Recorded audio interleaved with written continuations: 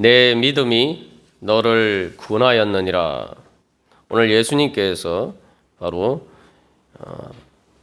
맹인 바디메오에게 말씀하셨고, 또 오늘도 우리들에게 바로 주님의 그 말씀이 이루어지기를 소망하시면서 우리에게 또한 말씀하십니다.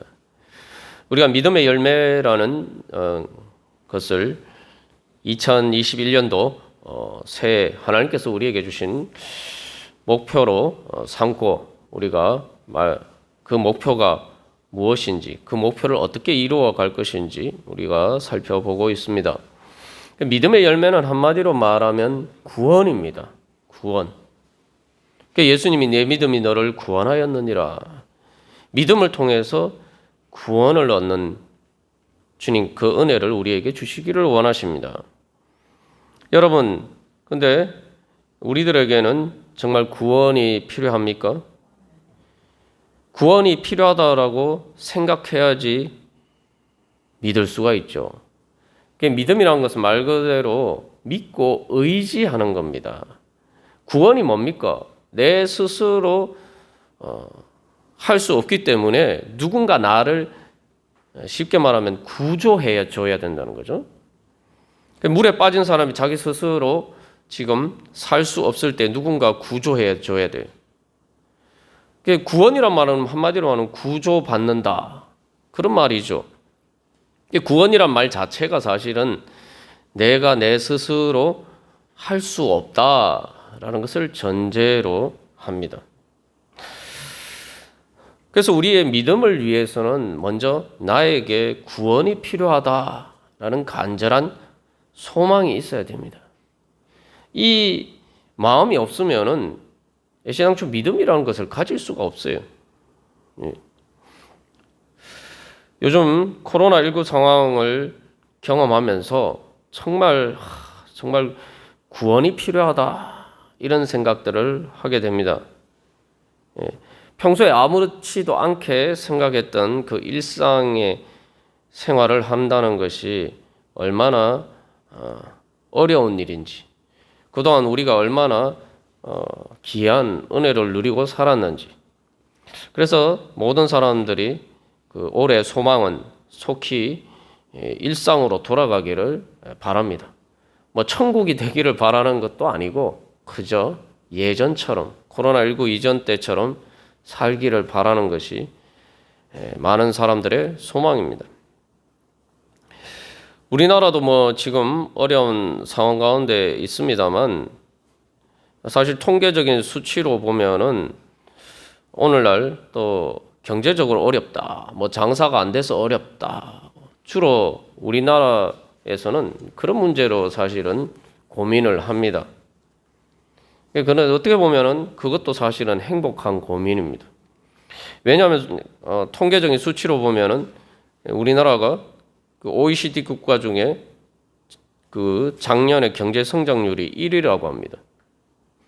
잘 아시다시피 우리나라는 코로나19 상황 이후로 한 번도 미국이나 유럽처럼 완전 봉쇄되는 일을 한 번도 하지 않았고, 대만이 방역을 잘한다고 하지만 대만은 외국과의 모든 출입을 막았기 때문에 우리는 그렇게 하지 않고도 사실은 경제를 어느 정도 유지하면서 했기 때문에 경제 성장률이 1위라고 합니다.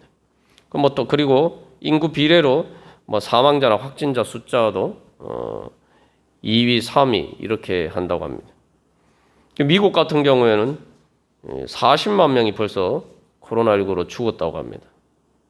LA 같은 경우에는 서울과 같은 인구가 1,000만이라고 가정했을 때 서울로 치면 3만 명이 죽었어요. 우리가 상상하기 힘든 숫자죠. 그래서 미국에서는 매일매일 죽는 사람들이 9.11 사태로 죽는 사람보다 더 많은 사람들이 매일매일 죽어가고 있다고 합니다. 그래서 현재 확진자가 1억 명이 넘고 사망자가 통계에 잡힌 사람만 200만 명이 넘는다고 합니다. 이런 상황 속에서 또 어떤 사람들은 또 교회가 여러 가지 또 요즘 뉴스에 오르내리다 보니까 결국 코로나19에서 우리를 구원해 주는 것은 백신이지 뭐 신앙이 아니다. 뭐 이렇게 말하는 사람들도 있습니다. 근데 우리가 조금만 생각을 해보면은 이 코로나19라는 이러한 위기 상황 속에서 우리는 종말론적인 관점을 새롭게 깨달아야 됩니다. 이게 종말론적인 관점이란 게 뭐냐? 종말의 기준에 종말에 비추어서 내 삶을 조명하고 내가 살아가는 거죠. 우리가 종말론적인 관점으로 살아간다고 해서 또 요즘 문제가 되고 있는 인터콥처럼 뭐 당장 내일 예수님이 오실 거니까 내가 하던 일 다 내팽개치고 선교하러 가야 된다. 모든 사람들이 다 그렇게 해야 된다. 또 이상한 그런 업무론에 사로잡히는 것이 종말론적인 관점이 아닙니다. 진정한 종말론적인 관점은 내가 오늘 어떻게 살 수가 있느냐. 우리가 일상을 이야기하지만 코로나19로 백신을 맞고 또 모든 것이 안정화되어서 일상이 돌아온다고 하지만 그러나 우리가 코로나19가 아니더라도 여전히 사람들은 죽어갈 것이고 1년에 우리나라 사망자 숫자가 한 40만 명 가까이 되는데 그죠? 그리고 또 우리도 죽어갑니다. 내가 소중하게 생각하는 일상이 코로나19 때문에만 뺏긴 것이 아니라 우리는 언젠가 이 소중하다고 생각한 이 일상을 내려놔야 되는 때가 100% 확실하게 옵니다. 그래서 이 코로나19 상황 가운데에서도 예배에 대한 갈증을 가진 사람들을 보고 어떤 사람들은 비아냥대면서 마음이 약한 사람들이 많은가 보다 뭐 이렇게 이야기를 해요. 근데 진정한 믿음을 가진 사람은 죽음 앞에서도 두려워하지 않는 담대한 용기를 가진 사람들이 믿음의 사람들이죠. 그래서 이 마음이 약해서 믿는다 그게 아니라 정직하기 때문에 믿어야 됩니다. 정직하기 때문에 믿어야 돼요. 죽음 앞에서 이것저것 다 가장해도 결국은 나는 내 스스로를 구원할 수 없는 자라는 것을 우리가 정직하게 인정을 해야지 믿을 수가 있고 그게 사실 삶에 대한 정직한 자세입니다. 아닌 것처럼 가장하고 살아도 그게 아니죠. 그래서 저는 이 구원이라는 말만 들으면은 참 가슴이 정말 뭉클합니다. 왜냐하면은 정말 예수님 때문에 구원받았기 때문에 뭐 천국 가서 내가 지금 미래에 죽어서 천국 가기 때문에 물론 그것도 당연히 포함됩니다만 저는 살면서 정말 도저히 내 스스로 헤어나올 수 없는 것 같은 그런 수렁궁에서 예수님께서 나를 건져주신 은혜를 실제로 경험했기 때문입니다. 저도 뭐 모태 신앙이고 또 어렸을 때부터 교회를 다니고 열심히 다녔고 다 믿는다고 했지만 사실 구원이 그렇게 필요한가 별로 실감하지 못했던 것이 사실입니다. 그래서 내가 열심히 살면은 모든 게 다 잘 될 줄 알았지. 그러나 하나님의 은혜로 어떻게 보면 좀 빨리 깨달았어. 내가 열심히 한다고 되는 게 아니구나. 내 능력으로 되는 게 아니구나. 그때서야 이제 진짜 예수님을 바라보게 된 거예요. 그전에도 열심히 교회를 다녔지만 그때서야 바로 내 자신이 불쌍하다. 정말 내 자신이 불쌍하다. 진짜 이 세상에서 아무도 나를 도와줄 수 없구나. 뭐 내 자신을 포함해서 어떤 사람도 나를 여기에서 건져줄 수 없구나. 라는 생각이 들게 되자 그때서야 이 마음을 돌려서 예수님을 바라보게 됐어요. 내가 교회에서 지금까지 배웠던 예수님을 통해서 구원받았다. 그래, 그러면은 내가 예수님께 구해보자. 예수님께 기도해보자. 그래서 예수님께 오늘 이 바디메오처럼 그렇게 부르짖게 되었고, 그리고 예수님의 은혜를 통해서 바로 정말 구원을 받았습니다. 그러면 뭐 그때만 그런 구원받은 것으로 끝났느냐? 아닙니다. 뭐 요즘도 참 절감합니다. 참 주님 불쌍히 여기소서. 그죠? 오늘 이 바디메오가 예수님께 부르짖는 기도가 무엇입니까? 외침이 무엇입니까? 나를 불쌍히 여기소서. 이 원래 전통적으로 예배에서 키리에 엘레이송, 주여 우리를 불쌍히 여기소서. 이게 이제 예배의 중요한 찬양입니다만, 오늘날도 지금도 또 참 주님 불쌍히 여겨 주시옵소서, 그렇게 기도할 수밖에 없는 것이 또 저의 현실이고 우리의 현실입니다. 주님 저를 불쌍히 여겨 주시옵소서.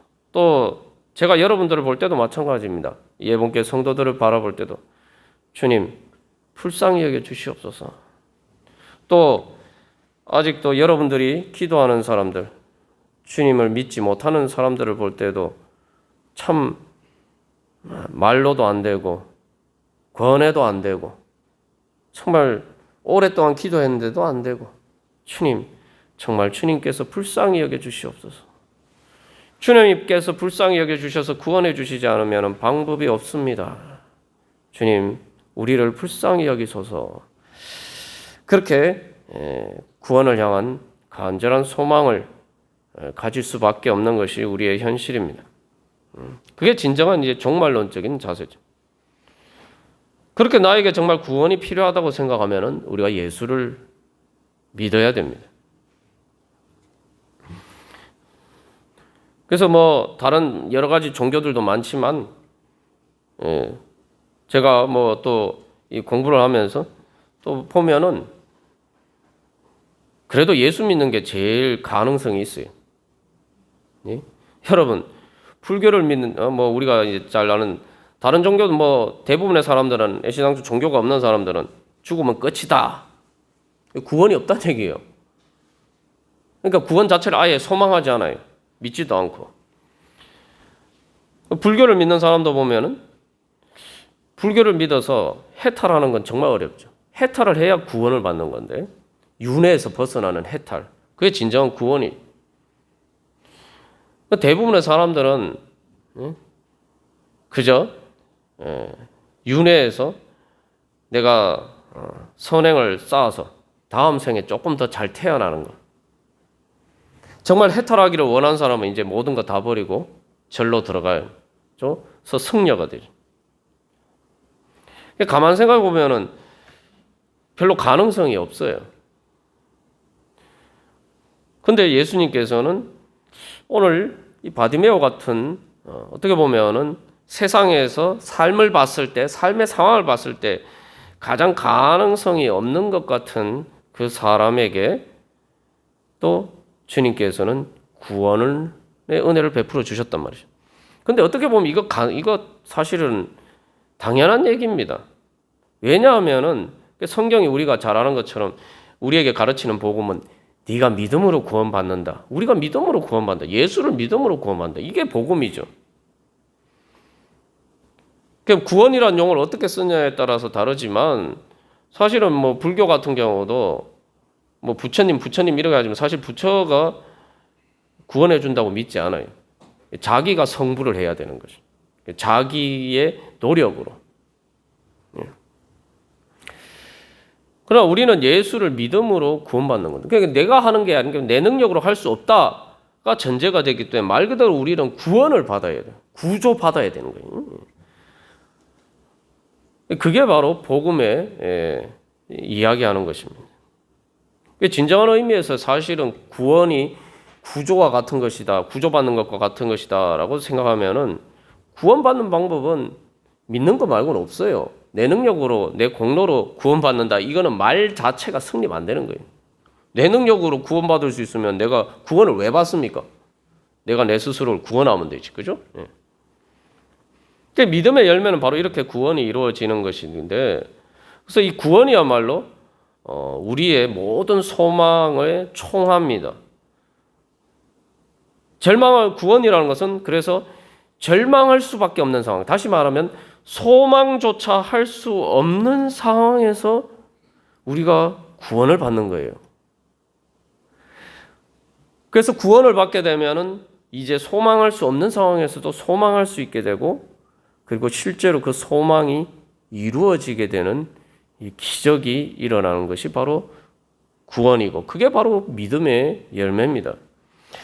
하나님께서는 오늘 올 한 해 우리에게 특별히 이 목표를 주신 것은, 우리가 지금까지 예수를 믿고 지금까지 살아왔지만 특별히 하나님께서 다시 한번 그 구원에 대한 소망을 가지고 우리의 믿음을 통해서 이제는 뭔가 믿음의 열매를 우리가 맺어가는 그러한 삶을 새롭게 시작하는 전환점이 되도록 하나님께서 올해 우리들을 불러주셨습니다. 여러분 믿으십니까? 자, 그래서 이 바디메오를 보면은, 이 바디메오의 상황을 보면은 이제 특별히 이제 길가에 앉았다가, 그죠? 마가음 10장 46절. 그냥 이제 시각 장애인이니까 길가에서 이제 구걸하기 위해서 이제 앉아 있는 거죠. 이게 이제 이 바디메오의 삶의 이제 상황입니다만, 말 그대로 이 바디메오는 주저앉아 있을 수밖에 없는 상황이에요. 삶에서 뭔가 일어나고 싶어도 일어날 수 없는 삶의 상황입니다. 다리도 멀쩡하고 온몸이 멀쩡하지만, 건강하지만 눈이 안 보이니 이게 일어나 다닐 수가 없는 거예요, 제대로. 집에까지 왔다 갔다 할 수 있을지는 모르지만 중요한 것은 앞이 안 보이기 때문에 제대로 일을 할 수가 없어요. 요즘은 그래도 이렇게 여러 가지 많이 개선이 됐습니다만, 이때 당시에는 정말 방법이 없는 거죠. 일을 할 수 없으니까 돈을 벌 수가 없죠. 돈을 벌 수가 없으니까 자기 스스로 먹고 살 수가 없어요. 눈이 어두우니까 모든 삶이 다 캄캄한 겁니다. 이게 이제 시각장애인 바디메오의 이제 삶의 상황입니다만, 그래서 이제 구걸하면서 살 수밖에 없는 것이 그의 삶이었어요. 그러나 오늘날도 우리의 삶이 어떻습니까? 우리의 삶이 영적으로 눈이 어두우면은 일어날 수가 없어요. 그렇죠? 아주 극단적인 경우 우울증에 빠진다거나 이런 경우도 있습니다만, 그것도 일종의 질병이에요. 내가 감당할 수 없는 질병이에요. 우울증에 걸리고 싶은 사람이, 누가 우울증 걸리고 싶어서 우울증 걸립니까? 우울증에 걸린 사람도 자기도 거기에서 벗어나고 싶지만, 병이 걸리면은, 여러분 병에 걸리면은 자기 마음대로 나올 수 있을 것 같으면 도대체 뭔 걱정을 하겠어요, 그죠? 그러니까 오늘날도 사실은 제일 큰 삶의 큰 문제가 몸이 아픈 문제 아닙니까?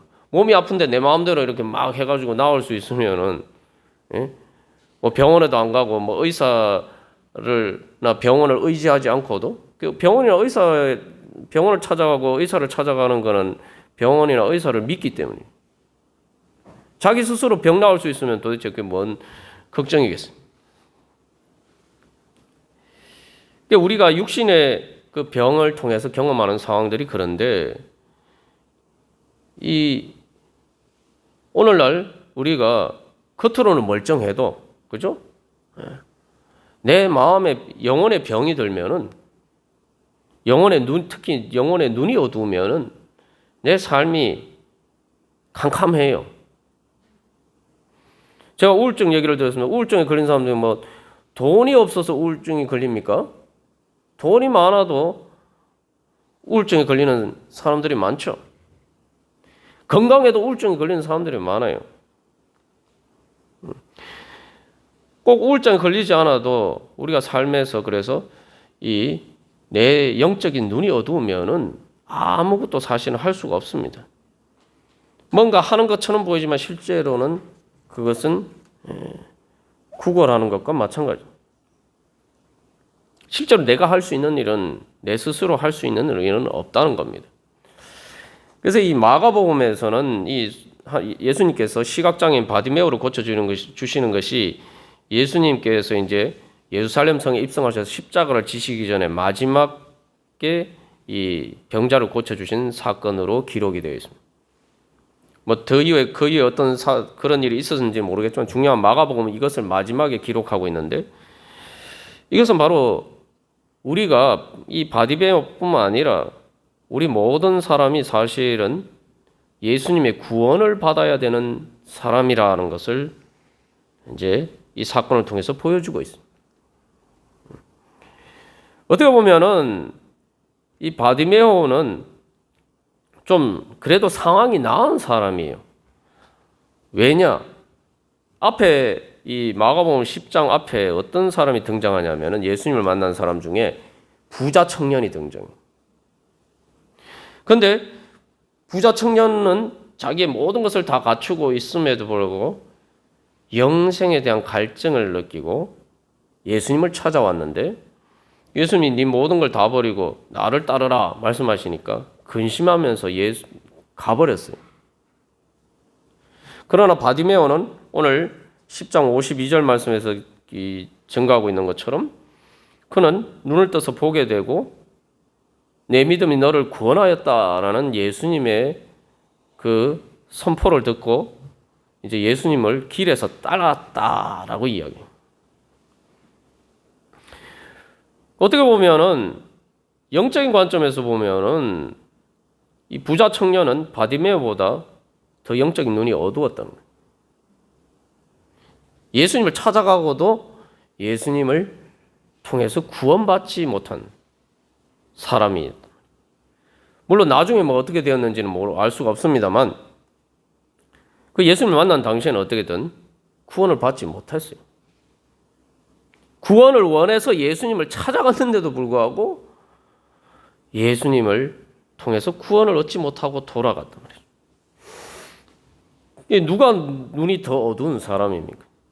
어떻게 보면 가장 비극적으로 눈이 어두운 것은 내가 불쌍한 존재다, 예수님의 구원이 필요한 내가 정말 그런 불쌍한 존재다라는 것을 보지 못하는 것이 진짜 심각한 눈이 어두운 거예요. 그 죽을 때나 죽는 순간에서야 사실은 그걸 보게 되죠. 근데 많은 사람들은 죽는 순간에도 그거를 있는 현실을 그대로 인정하지 않는단 말이에요. 이 진짜 눈이 어두운 거예요. 사람이 그렇습니다. 자꾸 죽음 이야기하니까 죽을 때 되면 사람들이 회개할 것 같은데, 내가 지금 숨이 넘어가는 순간에 닥쳐도 많은 사람들이 회개하지 않습니다. 눈이 어두웠어. 바디메오처럼 최소한 나는 정말 구원이 필요한 사람이다, 난 불쌍하다, 그래서 자기 입으로 주여 나를 불쌍히 여기소서 이렇게 얘기할 수 있는 믿음의 용기가 없어요. 삶에 대해서 정직하지 않아요.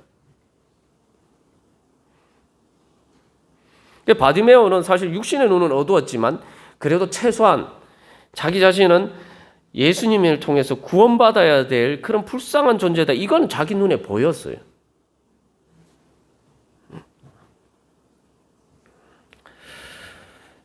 우리가 이 믿음의 열매와 관련해서 지금 주제로 삼고 나눈 말씀 히브리서 말씀이죠. 히브리서 11장 1절에서 믿음은 바라는 것들의 실상이요 보지 못하는 것들의 증거다. 말 그대로 바디메오는 육신의 눈이 어두워서 영적으로 안 보이는 게 아니라 실제로 자기 육신의 눈에도 아무것도 보지 못하는 사람이에요. 그러나 그 예수님이 지나가신다는 그 이야기를 듣고 믿음으로 주님께 부르짖었고, 그 믿음을 통해서 실제로 자기의 눈을 떠서 보게 되었고, 그 예수님을 보게 되었고, 그리고 예수님을 보는 것뿐만 아니라 이제 예수님을 따라감으로써 영생까지 얻는 그런 믿음의 열매를 맺게 되었습니다. 그래서 말 그대로 바디메오는 진짜 말 그대로 보지 못하는 사람인데 믿음을 통해서 보지 못하는 것들의 실상을 보게 되었고, 그 믿음을 통해서 자기의 소망이 이루어지는 것을 자기 눈으로 현실로 목격하게 됩니다. 이게 바로 믿음의 열매입니다. 그래서 우리가 한 가지 기억해야 할 것은 믿음은 보지 못하는 것들의 실상이다라고 이야기할 때 믿음은 단순히 미래에 이루어질 일이니까 소망을 가지고 그 소망을 이루는 것이니까 미래 소망으로 당연히 보이지 않는 것이다. 그런 관점에서 미래 소망이 이루어질 것을 믿는다. 이게 일반적인 생각입니다만 그러나 성경이 말한 믿음에는 중요한 전제가 있어요. 뭐냐 하면은 내가 단순히 미래에 이루어질 소망이기 때문에 내가 현재 보지 못한다 이게뿐만 아니라 현재 이미 예수님을 통해서 우리의 구원이 이루어졌고 그 구원의 실체가 예수님을 통해서 이미 존재를 한다는 거예요. 그러면은 내가 눈이 어두워서 보지 못하지만 그러나 그것은 내 눈이 어두워서 보지 못할 뿐이지 예수님은 이미 내 앞에 계시다는 거예요. 그러니까 바디메오가 자기의 눈이 어두웠지만 뭐예요? 바디메오 눈이 어두웠다고 해서 예수님이 안 계신 건 아니잖아요. 그래 자기 눈에 예수님이 안 보이지만 소리만 듣고 믿고 예수님을 불렀을 때에 예수님이 만나 주셨잖아요. 그랬을 때 진짜 자기 눈이 떼어져서 진짜 이제는 자기 눈으로 예수님을 보게 됐단 말이에요.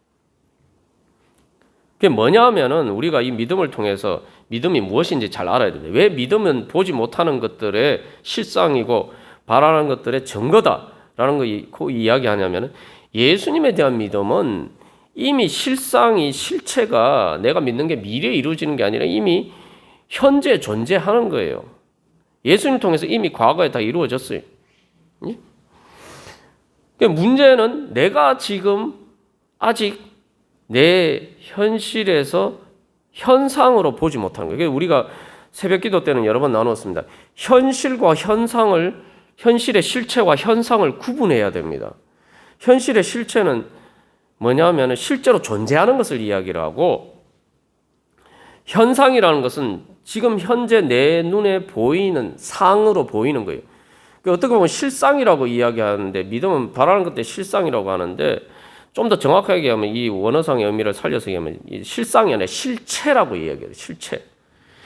그래서 이제 그 바디메오가 이제 사람들이 웅성웅성대면서 막 지나간다는 말이에요. 그러니까 이제 누가복음에 좀 더 자세하게 나와 있습니다만 도대체 뭐냐, 누구냐, 도대체 무슨 일이냐 이제 바디메오가 사람들에게 물어요.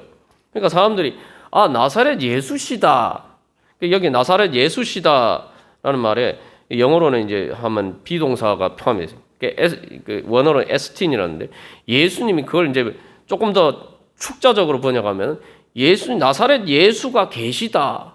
나사렛 예수님이 예수가 지금 여기 있다. 이거 현재 지금 존재하고 있다. 그래서 비동사의 현재형을 써서 있다. 존재한다. 그죠? 나사렛 예수가 지금 여기 계시다. 그 믿음은 바디메오는 그래서 나사렛 예수님이 지금 자기가 앞에 그래서 우리가 지난번에 히브리서 12장 1절 2절 말씀에서 우리의 소망은 믿음을 통해서 이루는 소망은 내 앞에 다시 말하면 내가 손만 뻗으면은 닿을 수 있는 범위 안에 그러니까 내가 믿음으로 손만 내밀면 붙잡을 수 있는 범위 안에 있다는 거예요. 이 바디메오도 마찬가지예요. 자기 손을 내밀어서 예수님 붙잡을 수는 없지만 자기가 소리를 질렀을 때에 예수님이 들을 수 있는 범위 안에 예수님이 계시다는 거예요. 그래서 그 예수님을 해서 부르짖었죠. 그러니까 여기서 우리가 중요한 것은 예수님이 멀리 계신 게 아니라 믿음이라는 거는 없는 걸 막 찾는 게 아니에요. 없는 것을 말 그대로 그 발명과 발견이 틀리잖아요. 발명해내는 게 아닙니다. 없는 걸 만들어내는 게 아니에요. 믿음은 발견하는 겁니다.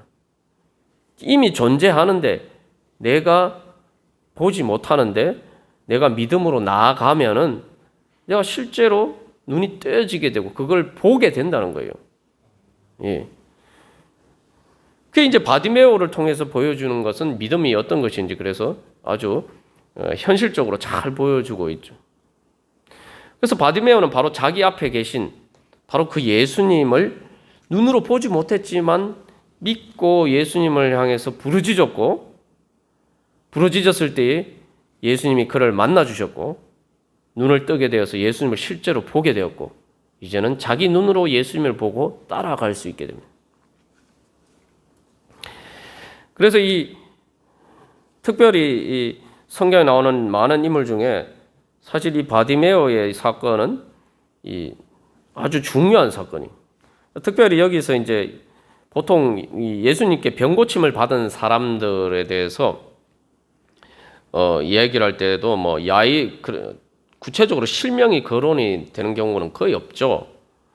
구체적으로 예를 들면 그 야이로의 딸, 근데 야이로의 딸 이름이 뭔지는 안 나오죠, 그죠? 베드로의 장모인데 베드로의 장모 이름은 안 나와요. 그래도 명백하게 이름이 나오는 한 사람은 이제 나사로, 그죠? 예. 이 정도인데, 특별히 오늘 이 바디메오는 구체적으로 이름이 나와요. 족보까지 나오죠. 디메오의 아들인 바디메오.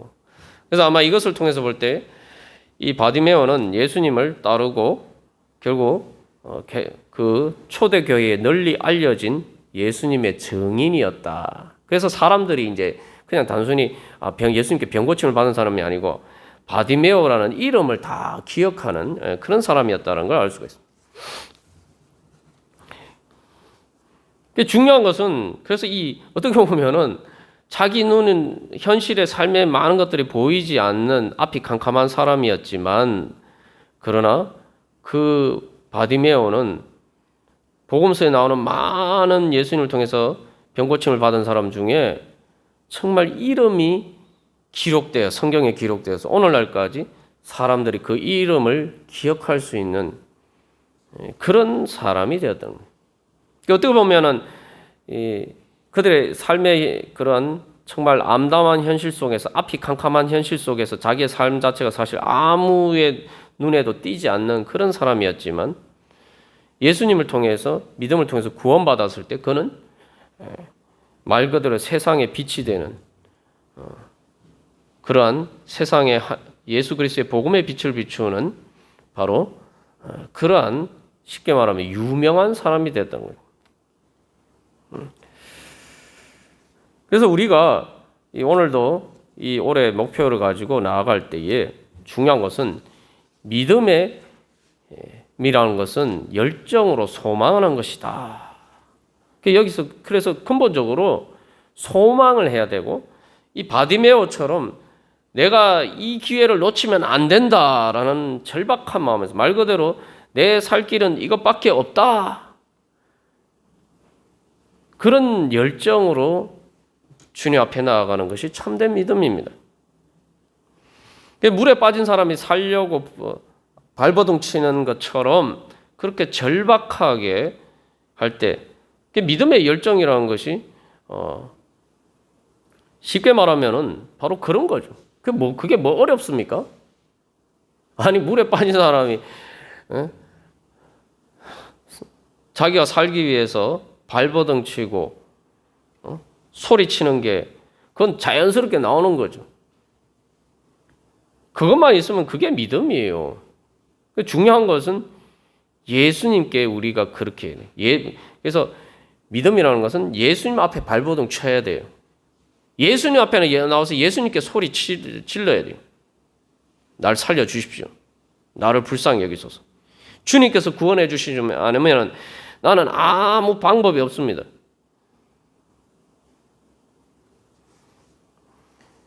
그런 믿음으로 나아갈 때 그게 참된 믿음이죠.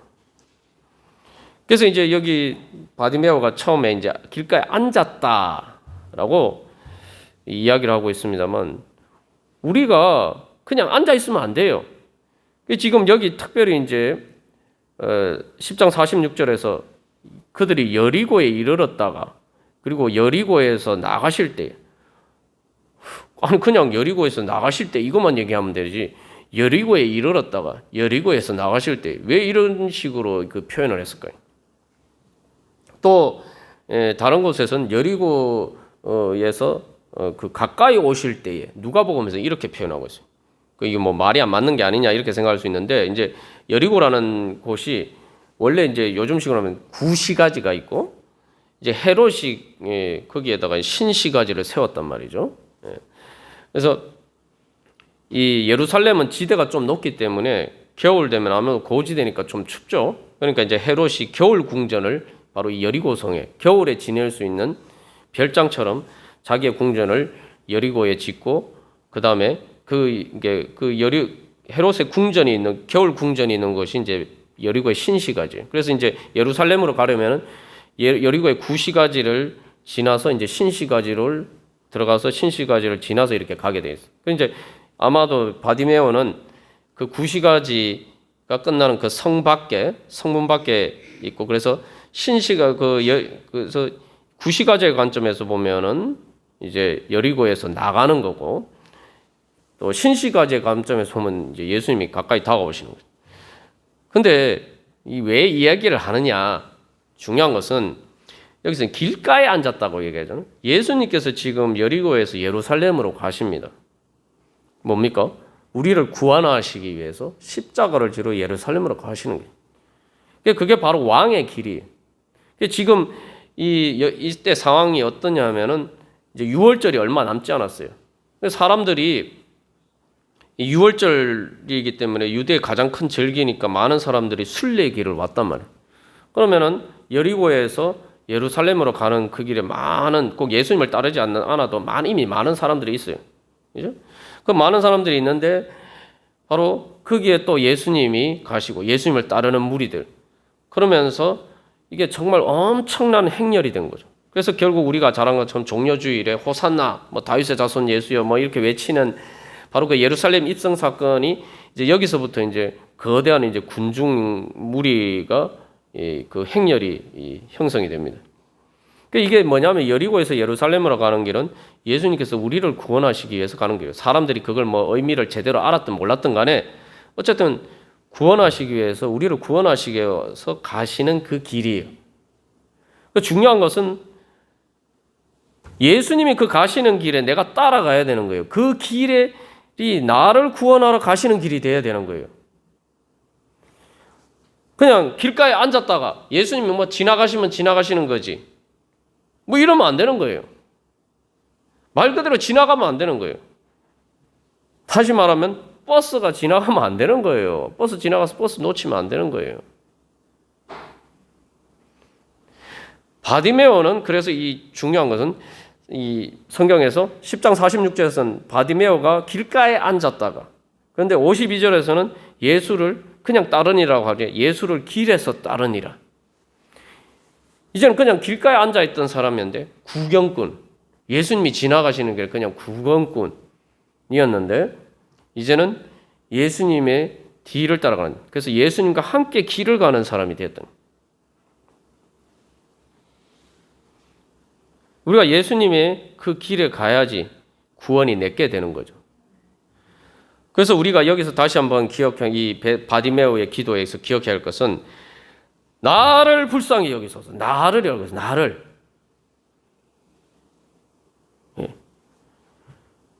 예수님이 아무리 구원의 길을 가셨으면 뭐합니까? 그 길이 내 길이 되어야 되죠. 나를 구원하러 가시는 길이 되어야 된다는 거예요.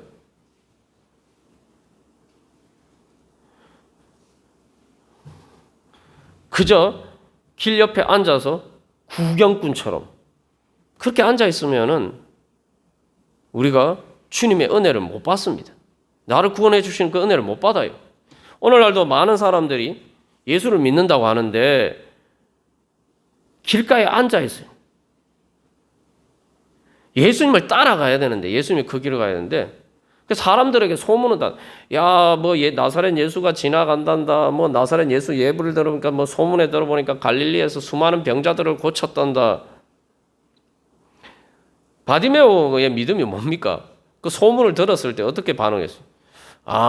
그랬구나. 그게 아니고 뭐예요? 그러면 나도 예수님이 수많은 병자들을 고쳐주셨는데 그 예수님이 고쳐주신 병자 중에 바로 내가 그 사람이 되어야 되겠다. 그래서 예수님을 향해서 나를 불쌍히 여기셔서 소리 지르는 거예요. 이게 뭐, 그러니까 보시면 뭐든가. 사람들이 막 꾸짖잖아요. 조용해. 막 이렇게 막. 근데 이 원어상을 보면 많은 사람이, 그냥 한 사람, 한두 사람이 그런 것도 아니고 많은 사람이 꾸짖고, 여기 또 동사형이 이제 형태가, 시제가 보면 미완료형이에요.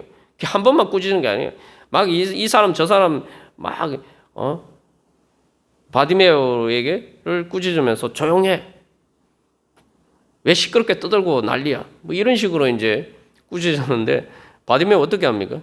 더 소리를 지르요. 왜요? 내가 이 기회를 놓치면은 평생에 다시 오진 않을 이 기회를 놓치면 안 되겠다. 이 기회를 붙잡아야 되겠다. 예. 뭐 사실 바디메오가 소문만 들었지 뭐 진짜 예수님이 고쳐주실지 안 고쳐주실지 모르잖아요. 근데 가능성이 주어졌잖아요. 이게 중요한 게, 예?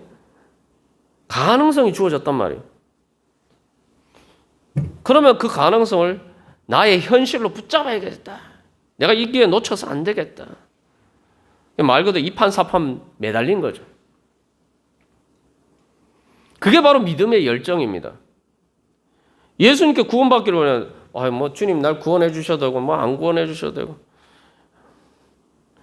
그런 식으로 예수 믿으면 구원 못 받습니다. 예수님이 아니면 난 살 수 없다. 그리고 이 기회를 놓치지 말아야겠다. 오늘날 참 안타까운 건 교회 아직 아예 안 나온 사람들은 뭐 그렇다 치고 교회에 나오면서 교회 문지방 왔다 갔다 하면서도 기회를 놓치는 사람들이 얼마나 많은지 몰라요. 길가에만 앉았다가 예수님이 씩 지나가시고 자기는 자기 갈 길 가고 자기 옛날 살던 채 좀 살아요. 주님께서는 사실 나를 불쌍히 여기소서 그렇게 이야기하는데 누가복음에서는 예수님이 가고 있다. 여리고서를 성을 지나가신 것은 단순히 그냥 지나가는 길이니까 가신 게 아니에요. 예수님 찾아오신 겁니다. 바디메오를 찾아오신 거예요. 기회를 붙잡아야 돼요. 기회를 붙잡아야 돼요. 내 믿음으로 내 손만 내밀면 내가 부르짖기만 하면 붙잡을 수 있는 기회가 나에게 주어졌다. 예수님을 통해서.